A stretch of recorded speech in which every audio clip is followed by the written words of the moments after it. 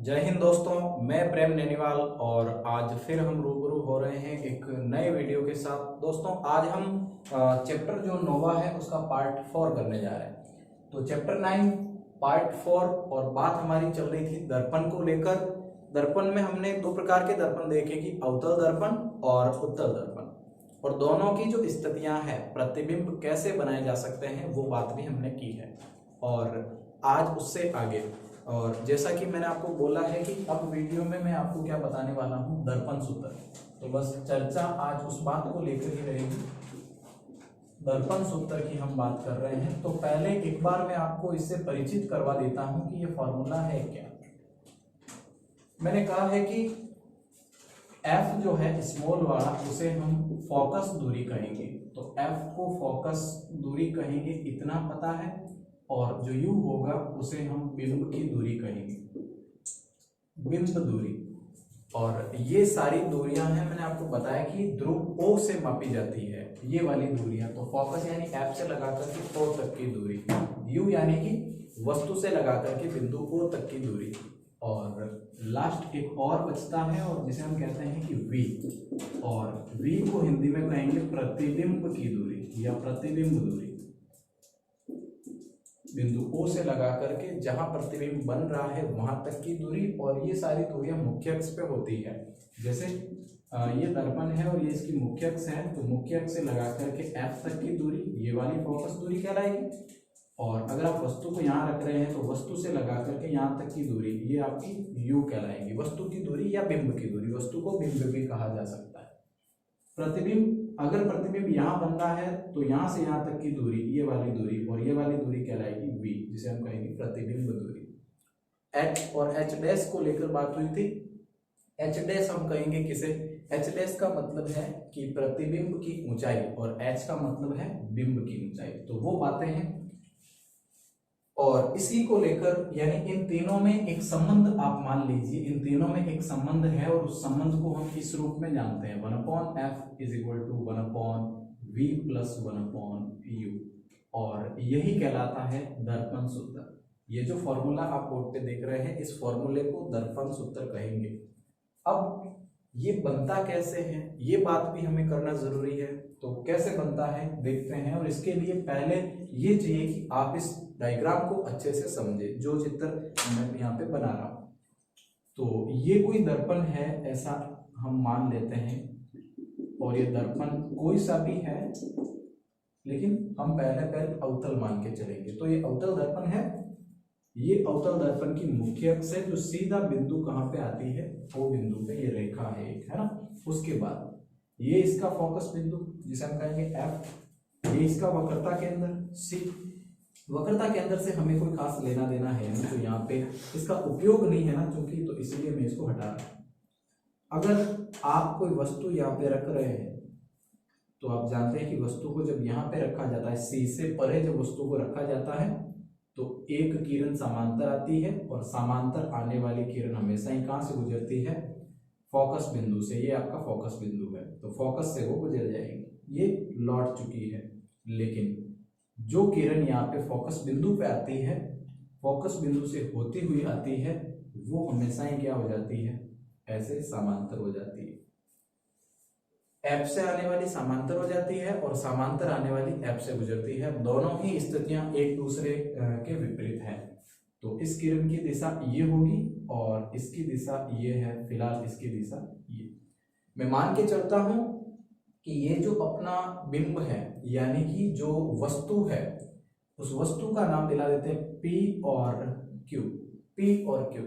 तो इस PQ का जो प्रतिबिंब बन रहा है वो कहाँ बन रहा है, दोनों रेखाएं यहाँ काट रही है, और जहां काटती है वहां प्रतिबिंब बनता है, इसलिए हम ये कहेंगे कि प्रतिबिंब यहां बनेगा। और प्रतिबिंब भी क्या नाम होगा, P डैश Q डैश, ऐसा हम कह सकते हैं। जो प्रतिबिंब है भाई, बिंब अगर PQ है तो P डैश Q डैश उसी का बन रहा है, तो डैश लगा के हम लोग लिख देंगे। लेकिन एक बात ध्यान रखें, आप गलती यहाँ पे कर सकते हैं कि इसे आप P डैश मान सकते हैं और इसे आप Q डैश मान सकते हैं, लेकिन ऐसा आपको करना नहीं है। आपको वो वाली बात याद रखनी है, जल प्रतिबिंब वाली। अगर कहीं पे जल है और बंदा यहाँ पर खड़ा है तो क्या होगा कि इसके पैर के पास पैरों का प्रतिबिंब बनेगा, और मस्तिष्क क्या होगा, दूर होगा। ये इस रूप में बनेगा, है ना। तो अपन कहेंगे कि पैर के पास पैर रहेंगे, तो वस्तु के पैर है P और P के पास P रहेगा और मस्तिष्क यानी कि Q डैश कहाँ रहेगा, दूर रहेगा। तो इस बात को ध्यान रखें। अब ये डायग्राम बन चुका है, कुछ महत्वपूर्ण जो बिंदु है उसके नाम मैं यहाँ पे दिला देता हूँ। जैसे इस बिंदु को मैं कह देता हूँ L और इस बिंदु को मैं कह देता हूँ M है। ये बिंदु O है, ऑलरेडी पड़ा है हमारे पास, और यहाँ पे PQ और P डैश Q डैश ये हमने मान लिया है। अब लीजिए, अगर ये सारी स्थिति है, मैंने कहा कि फोकस बिंदु तक की जो दूरी है वो फोकस दूरी कहलाती है। तो यहाँ से यहाँ तक की जो दूरी है वो फोकस दूरी के रूप में होगी, ये F जिसे हम कहेंगे। और उसके बाद बिंब की दूरी यानी वस्तु की दूरी कहाँ से, ध्रुव O से। अच्छा, ये जो द्वारक है, ये जो दर्पण आप देख रहे हैं, इसे इतना छोटा मान लिया जाएगा, इतना सूक्ष्म मान लिया जाएगा कि ये जो दूरी है ये हमें ऐसे परपेंडिकुलर एक लंब के रूप में नजर आएगी। तो आप यहाँ कंफ्यूज मत होना कि ये दर्पण तो वक्रित है और आप इन दोनों दूरियों को समान मान रहे हैं। दर्पण बहुत छोटा है और छोटा है तो इसको एक सरल रेखा माना जा सकता है, इसको ऐसे माना जा सकता है ना। तो इसलिए ये हम कर रहे हैं। तो ये दूरी यानी कि OP जो होगी ये QL के क्या होगी, बराबर। यानी वस्तु की O से दूरी जिसे हम कहेंगे बिंब दूरी, और वो बिंब दूरी है यहाँ से लगा करके यहाँ तक, और कितनी मान के चलते हैं हम उसे रिप्रेजेंट करते हैं U से। उसके बाद प्रतिबिंब दूरी अपन लिखते हैं किससे, V से। प्रतिबिंब की दूरी कहाँ से, बिंदु O से मापी जानी है। तो ये बिंदु O सरल रेखा माना तो यहाँ पर होगा, और यहाँ से यहाँ तक की दूरी क्या कहलाएगी, V कहलाएगी। बस ये वाली बात। तो ये सारी चीजें हमने मान ली है, लेकिन अपन क्या करेंगे, यहाँ पे चीजों को सरल करने के लिए केवल ये उद्देश्य है कि ये थोड़ा सा सरल हो जाए, और इसलिए अपन मान के चलेंगे कि अपने पास जो फोकस दूरी है F उसे हम C कहेंगे, और उसके बाद हमारे पास जो ये वाली दूरी है उसे हम B कहेंगे, या फिर छोटा बड़ा B ले लीजिए, ये आसान रहेगा ज्यादा। और U को हम क्या कह के चलेंगे, A। ये 3 मान लेते हैं ताकि ABC हमारे लिए क्या होगा, बहुत आसान होगा। नहीं तो बार बार बिंब दूरी और प्रतिबिंब दूरी और फोकस दूरी को लेकर आप कंफ्यूज होगे। इसलिए इस डेरिवेशन में हमने ऐसा कर दिया है कि U को A मान लिया है, V को B मान लिया है, और फोकस दूरी F को हमने C मान लिया है। तो मैं यहाँ पे लिख सकता हूँ कि ये वाली जो दूरी है इसे हम कह के चलेंगे कि ये C है, और U को हमने क्या माना है दोस्तों, A माना है, और V को क्या माना है, B। क्लियर। और उसके बाद हम आगे बढ़ेंगे। अब अगर इस डायग्राम को आप ध्यान से देखो तो कुछ एक त्रिभुज आपको यहाँ पे नजर आएंगे, कुछ एक ट्रायंगल यहाँ पे है। कौन से है, एक तो देखो PQ, और यहाँ से लगा करके यहाँ तक ये बिंदु F है। ये बिंदु कौन सा है, F। ये त्रिभुज आपको नजर आ रहा होगा, और इसी के साथ एक और त्रिभुज यानी कि ये वाला भी आपको नजर आ रहा होगा। अच्छा, मैंने कहा कि इसे सरल रेखा मान लिया गया है, तो कोई कंफ्यूजन वाली बात होनी नहीं चाहिए कि सरल रेखा है तो ये भुजा बिल्कुल इसके बराबर होगी, है ना। एक तो त्रिभुज है ये वाला, और दूसरा त्रिभुज है ये वाला। और अगर इन दोनों त्रिभुजों को आप ध्यान से देखो तो ये दोनों त्रिभुज आपस में समरूप है, एक दूसरे के समरूप है ना। तो दोनों त्रिभुज समरूप है, और समरूपता का नियम हमें आता है कि समरूप त्रिभुजों की भुजाओं का अनुपात हमेशा ही क्या होता है, बराबर। बस ये एकमात्र नियम है, ये एकमात्र कॉन्सेप्ट इसमें है जिसके माध्यम से ये सॉल्व होगा, दूसरा कुछ भी नहीं है, हाँ। तो बस इतनी सी बात आपको याद रखनी है कि समरूप है, कौन है, PQF। एक तो त्रिभुज PQF व दूसरा ये इसके समरूप है, नीचे वाला, ये दोनों आपस में। तो इसका नाम क्या है, MOF। MOF क्या है, समरूप है, समरूप है। एक तो त्रिभुज ये वाला और दूसरा त्रिभुज MOF, ये दोनों आपस में क्या है, समरूप। तो हम क्या करेंगे, समरूपता नियम से, समरूपता नियम से। और समरूपता नियम ये कहता है कि समरूप त्रिभुजों की भुजाओं का अनुपात हमेशा ही बराबर होता है, भुजाओं का अनुपात। तो क्या निकाले इधर भुजाओं का अनुपात, देखो ये भुजा है OM, ये भुजा है OM जो यहाँ लंब के रूप में है। अच्छा, इसका लंब बट्टे इसका लंब, इसका आधार बट्टे इसका आधार, तो ये भुजा बट्टे ये भुजा, यानी OM बट्टे P और क्या हो जाएगा, Q। बराबर। दूसरी वाली भुजा, दो भुजाएं बराबर करनी है यानी उनका अनुपात निकालना है, तो एक तो ये वाला इसका आधार जो OF के रूप में है, और दूसरा है कंप्लीट इसका आधार ये त्रिभुज का, और वो है P और F। ये हो गया ना अनुपात।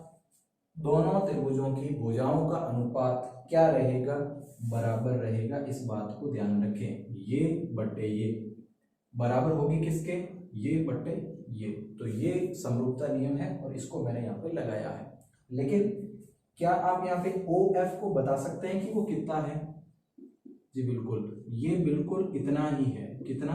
OF, यानी OF को अपन ने C माना है तो C है बटे P और F की बात यहाँ पे हो रही है। P और F, PF का मतलब आप समझे बड़े अच्छे तरीके से, ये यहां से लगा करके यहां तक की दूरी, ये PF। क्या ये दूरी आपके पास है? नहीं है, लेकिन ये कंप्लीट दूरी तो हमारे पास है।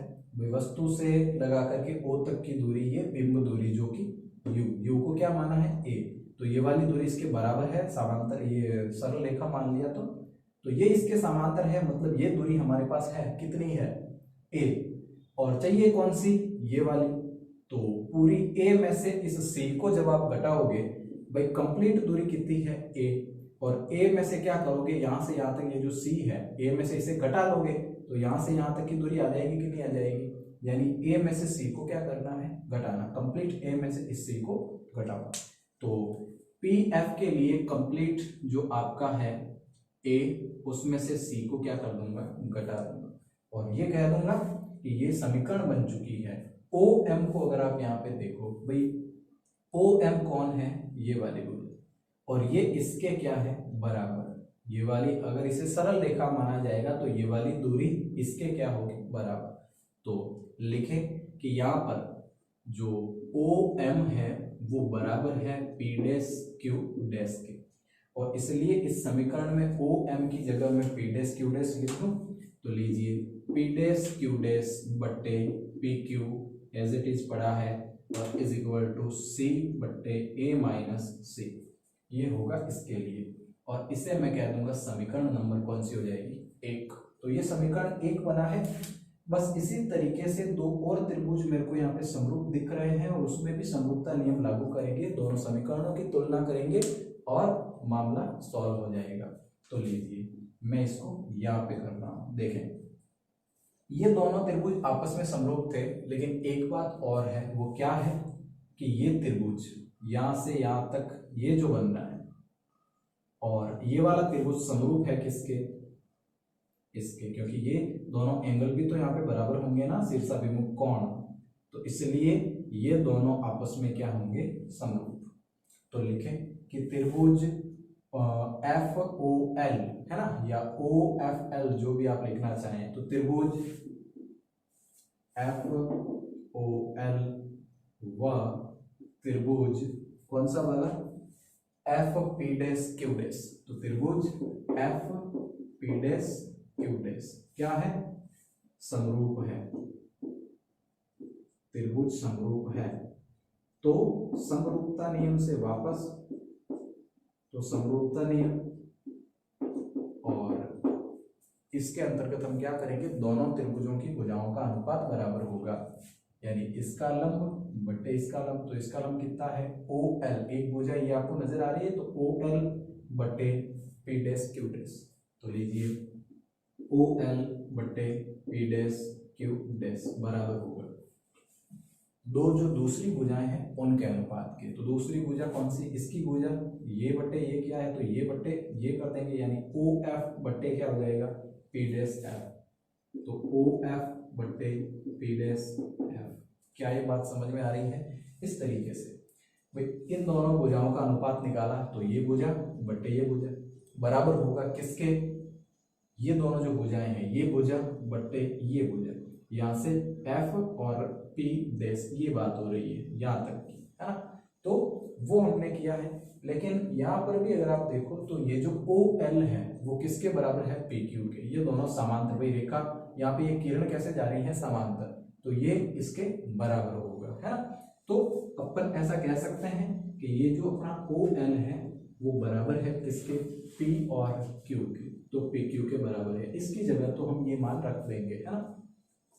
OL की जगह मैंने रखा P और Q बटे P डैश और Q डैश बराबर OF का अगर आप मान देखो, OF यहाँ पर भी था, OF का मान कितना है C, तो OF की जगह तो रखा C बटे। अब दूसरे स्टेप में हम क्या करेंगे, यहाँ पूछा है P डैश F, तो ध्यान दीजिए P डैश F का मतलब ये वाली भुजा, और ये वाली भुजा कितनी है निकालने के लिए हम क्या करेंगे, देखो यहाँ से यहाँ तक की दूरी, ये अगर B है, यहाँ से यहाँ तक की दूरी कितनी है B, और इस B में से अगर मैं इस C को घटा दूं तो ये हिस्सा प्राप्त होगा।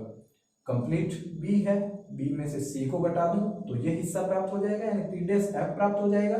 वही तो चाहिए P डैश F, तो बस ये करेंगे अपन। तो ये कंप्लीट कितनी है B में से किसे घटा दूं C को, तो लिखें B माइनस C, यहाँ A माइनस C था और वहाँ B माइनस C है, तो ये वाली समीकरण 2 होगी, ऐसा आप मान सकते हैं। समीकरण 2 है। अब समीकरण 1 व 2 से अगर आप देखो, ये समीकरण 1 और ये समीकरण 2, तो ऐसा लिखें कि समीकरण 1 व 2 से, समीकरण 1 व 2 से आप क्या देख रहे हैं कि P डैश Q डैश बट्टे PQ, लेकिन PQ बट्टे P डैश Q डैश, यानी ये वाला जो समीकरण है एक दूसरे के क्या है, उल्टा है, इसलिए मैं इसका और इसका मान रखूंगा, इसका और इसका मान रखें सीधा करके, तो यहाँ पर है C और A माइनस C, C और A माइनस C, उसके बाद बराबर दूसरे वाले का ये लेते हैं C बट्टे B माइनस C, लेकिन दोनों ही स्थितियाँ एक दूसरे की उल्टी है, इसलिए मैं इसे उल्टा करूंगा तो ज़्यादा बेहतर होगा। तो ये लीजिए, तो दोनों ही समीकरण बराबर हो गई है। जब इसको आप सॉल्व करेंगे, अगर 1/2 भी करते हैं तो ये सिचुएशन बनती है। अच्छा, यहाँ देखो C और ये C है, अगर मैं इसको वज्र गुणा करता हूँ, C और C है, वज्र गुणा करके देखें तो क्या होगा, देखो A को जब B से करता हूँ तो AB माइनस, अगर A को C से करता हूँ तो AC, C को B से करता हूँ तो BC, और प्लस C को C से, तो माइनस माइनस प्लस हो जाएगा, C को C से गुणा किया जाएगा, C का क्या हो जाएगा स्क्वायर। मैंने पहले इन दोनों का गुणा किया है, A को B से तो AB, फिर A को ही किससे, C से तो AC, फिर C की बारी आ गई, C को B से तो BC, और माइनस माइनस क्या हुआ प्लस, और C को C से तो C का स्क्वायर।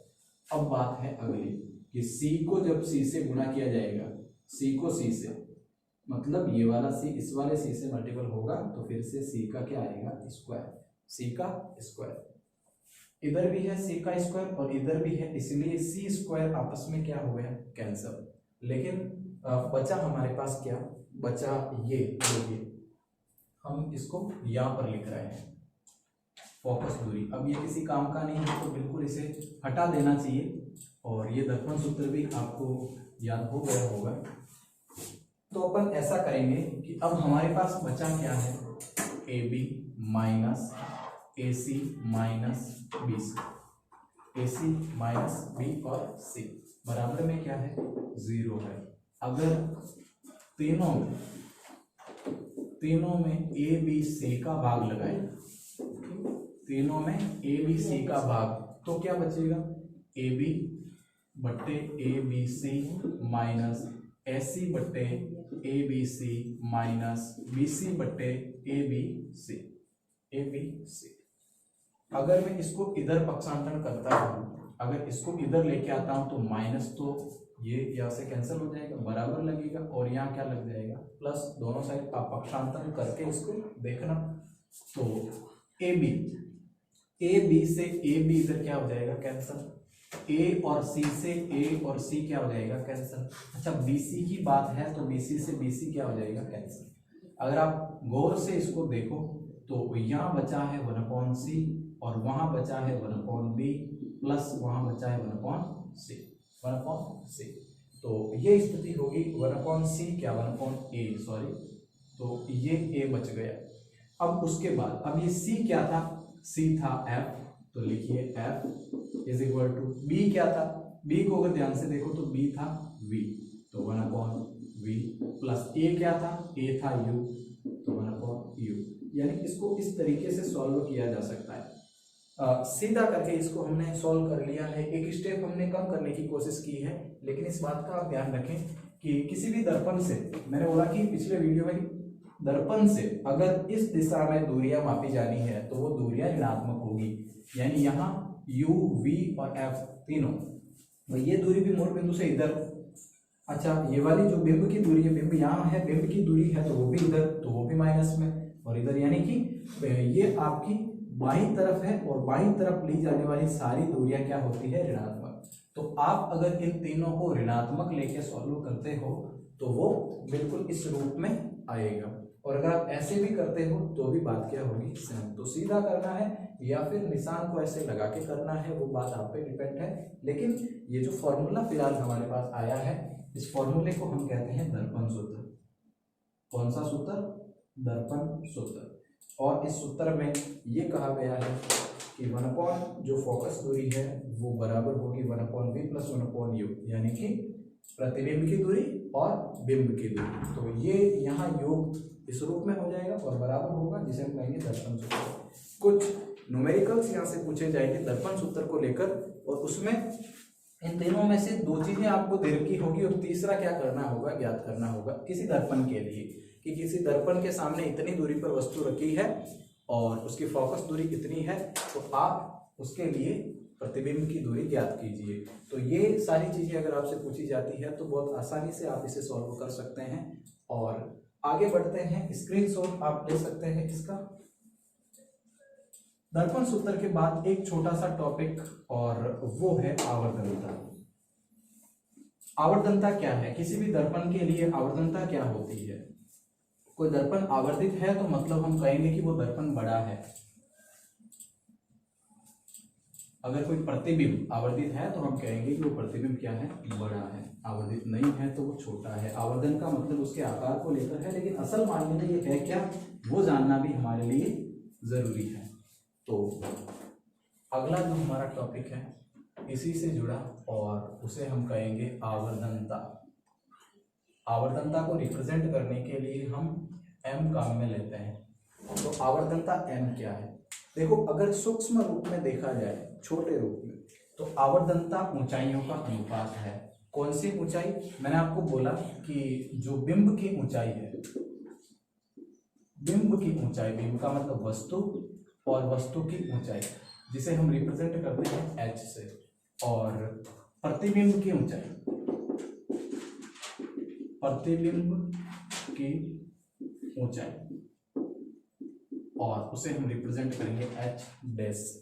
इन दोनों के अनुपात को ही क्या कहेंगे, आवर्धनता, यानी कि m कहेंगे। मतलब m जो होगा h' और h के क्या होगा, बराबर। आप ये मानिए कि बिंब की ऊंचाई और प्रतिबिंब की ऊंचाई, ये दोनों, ये मैंने इसको कर दिया। तो प्रतिबिंब की ऊंचाई h'/h, तो इसे कहेंगे हम इसकी आवर्धनता, यानी कि किसी भी दर्पण के लिए आवर्धनता, और वो आवर्धित कर पाएगी उसे, प्रतिबिंब को। लेकिन ये आवर्धनता कुछ और भी होती है, कुछ और भी मतलब इसको हम कुछ और भी कह सकते हैं। कैसे, देखो हमने यहाँ पर ये किया है कि एक दर्पण लिया है और अभी और वो बिंदु यहाँ पे था, यहाँ पे इसका फोकस था और यहाँ पे वक्रता के अंदर सी था। कोई वस्तु हमने सी से परे ली है, यानी इधर सी का तो यहाँ पे कोई खास मतलब है नहीं, तो छोड़ के चलेंगे। लेकिन समांतर जाने वाली किरण कहाँ से गुजर चुकी है, बिंदु F से। साथ ही यहाँ पे F से आने वाली किरण कहाँ चली गई है, यहाँ। और अगर मैं इसको यहाँ नहीं लेके आता, बल्कि इसे मैं क्या करता हूँ, जैसे कि तिर्यक किरण लेके आता हूँ, तो तिर्यक किरण कहाँ आती है, यहाँ, और जितने एंगल से वो आती है उतने ही एंगल से वो लौट के चली जाती है, उतने ही एंगल से वो लौट के चली जाती है। और ये दोनों किरणें आपस में काटती भी है, ये भी आप ध्यान रखें। तो जहां काटेगी वहां क्या बनेगा, प्रतिबिंब बनेगा। तो अगर मैं आपसे ये कहूं कि ये जो बिंदु है, मान लीजिए वस्तु है, और वस्तु को अगर मैं ए भी मान लेता हूं और इसको मैं मान लेता हूं P और Q, इसको अब की बार मैंने अलग अलग नाम दिला दिए, है ना, कोई कंफ्यूज तो नहीं होगा, बिल्कुल नहीं होगा, क्योंकि A और B वस्तु को मैंने मान लिया, वस्तु का जो प्रतिबिंब बन रहा है उसे मैंने P और Q मान लिया। बिंदु यहाँ पर O है, बिंदु कौन सा है? O। अगर आप ध्यान से यहाँ पर देखें तो दो त्रिभुज और समरूप है, एक तो ये वाला OAB और एक ये वाला, ये दोनों त्रिभुज आपस में क्या है? समरूप। यानी अगर अपन लिखना चाहें तो त्रिभुज AOB व त्रिभुज सेकंड वाला कौन सा? OPQ आपस में क्या है? समरूप है, एक दूसरे के समरूप। और समरूप त्रिभुजों की भुजाओं का अनुपात हमेशा ही बराबर होता है, ऐसा हमने सुना है, लेकिन यहाँ पर भी वही हम करेंगे। भुजाओं का अनुपात मतलब इसकी भुजा बट्टे इसकी भुजा, तो इसकी भुजा पहले कितनी है? PQ बट्टे A और B, ऐसा हम कर सकते हैं। उसके बाद इसकी भुजा O और P है और बट्टे हम ऐसा कर सकते हैं भाई ये वाली भुजा, ये भुजा बट्टे ये भुजा, उसके बाद ये भुजा बट्टे ये कंप्लीट भुजा, ये भुजा इन दोनों की है, यहाँ से यहाँ तक इसके लिए और यहाँ से यहाँ तक इसके लिए। तो OP बट्टे क्या कर सकते हैं? OA, तो OP बट्टे O और क्या हो जाएगा? A। ये दोनों भुजाएं आपस में क्या होगी? बराबर। इनका जो अनुपात होगा वो क्या होगा? बराबर होगा। ये समरूपता नियम कहता है। तो ये दोनों त्रिभुजों को मैंने समरूप किया। पहले की भुजा यानी कि पहले का लंब बट्टे दूसरे का लंब, फिर पहले का ये आधार है बट्टे दूसरे का ये कंप्लीट आधार है, तो वो मैंने किया। अच्छा, आप लोग अब तक समझ चुके हैं कि यहाँ से यहाँ तक की दूरी ये बिंब दूरी होती है, प्रतिबिंब दूरी, सॉरी। तो प्रतिबिंब दूरी को हम V से रिप्रेजेंट करते हैं, तो ये यहाँ से इतना हो जाए। उसके बाद यहाँ से यहाँ तक की बात करें तो ये बिंब दूरी है और बिंब दूरी को हम रिप्रेजेंट करेंगे U से। मतलब यहाँ से यहाँ तक की दूरी U और यहाँ से यहाँ तक की दूरी क्या है? इसके बराबर, जो कि है V। यहाँ से यहाँ तक की दूरी देखें ना तो ये इसके बराबर जो कि U है, लेकिन ये वाली V है। तो अपन बात कर रहे हैं OP की। OP को अगर देखें ना तो वो OP किसके बराबर होगा? यानी OP जो है वो, और OP यहाँ से यहाँ तक ये कितना है? V बटे। अब बात की जा रही है OA की। OA यानी ये वाला कंप्लीट और ये वाला कंप्लीट इसके क्या होगा? बराबर, मतलब ये U होगा, तो ये होता है U। लेकिन एक बात और समझे, मैंने कहा कि इधर मापी जाने वाली दूरियां, भले आप OP को माप रहे हैं और OP को भी इधर माप रहे हैं तो वो भी ऋणात्मक होगी, और भले ही आप OA को माप रहे हैं फिर भी इधर माप रहे हैं, दर्पण से इधर, सारी ऋणात्मक, तो दोनों ही ऋणात्मक है। मतलब यहाँ पे मैं क्या लगा देता हूँ? माइनस। कहने का मतलब ये है कि ये जो आवर्तनता है ऊंचाइयों का अनुपात है, ये बट्टे ये है ना, ऊंचाइयों का अनुपात है, तो ये इसके बराबर भी होगा।